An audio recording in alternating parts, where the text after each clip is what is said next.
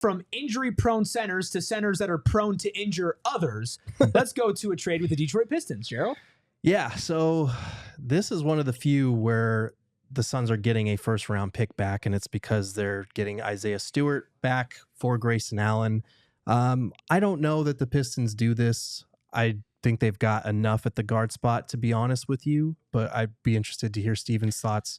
But you are getting a 2027 first-round pick back in a year where you only have that pick that's like the less valuable between Utah, Cleveland, and Minnesota, or whatever it is. Isaiah Stewart, I don't think is a starting caliber center. He put up decent numbers last year where he was mostly starting for an injured Jalen Duren. But I think you're running into that same problem of Nick Richards in terms of he's a solid backup, but probably not a starting caliber center if you want to win games. But I do think, lost in all the talk about Stewie being slightly unhinged and his physicality and all that stuff, he's a pretty good defender. Mm-hmm. Are Malik Beasley and Tim Hardaway Jr. free agents? That I would need to check. Let me see. Because if they are free agents, that changes the math for me in terms of how I would anticipate Detroit looking at this trade. They bridged the gap because they changed the context around Cade Cunningham. He needed 3-point shooting to open up the drives for him and open up that mid-range bully ball that he likes to play below the free throw line. Those two players brought that in spades. Obviously, Grayson Allen very much cut from that exact same cloth. He might not be the level of defender this past season that those two were, but he can be to that level, which he was the season before last. So I think there's a natural hand-in-glove fit if either of those two, if not both, are free agents. Both are free agents. There you go. Ooh. So that makes things even more interesting. I think that's enough to entice Detroit into, potentially doing this one. The issue is, though, I don't think Isaiah Stewart's a starting center. Yeah. And is it worth it to get that 27 first round pick is the question I pose to y'all. I think I would do this still too, because I'm also worried about if Grayson Allen's decline this past season wasn't just a fit thing. Sometimes players, they lose a little bit of athleticism. Grayson's had some injuries. Good shooter, but maybe just not worth it for this team and the way this team is built, especially around like a Devin Booker built team.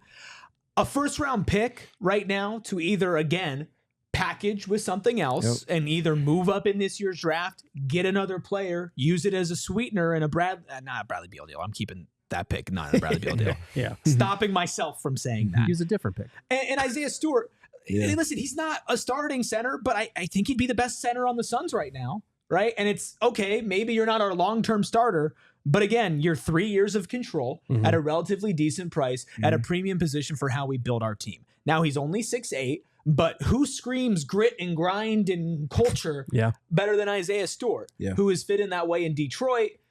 Where is Michigan State located? In the same state as Detroit. These are connections here, folks. I think for a lot of people, I think for myself as well, it's Detroit's side that says no.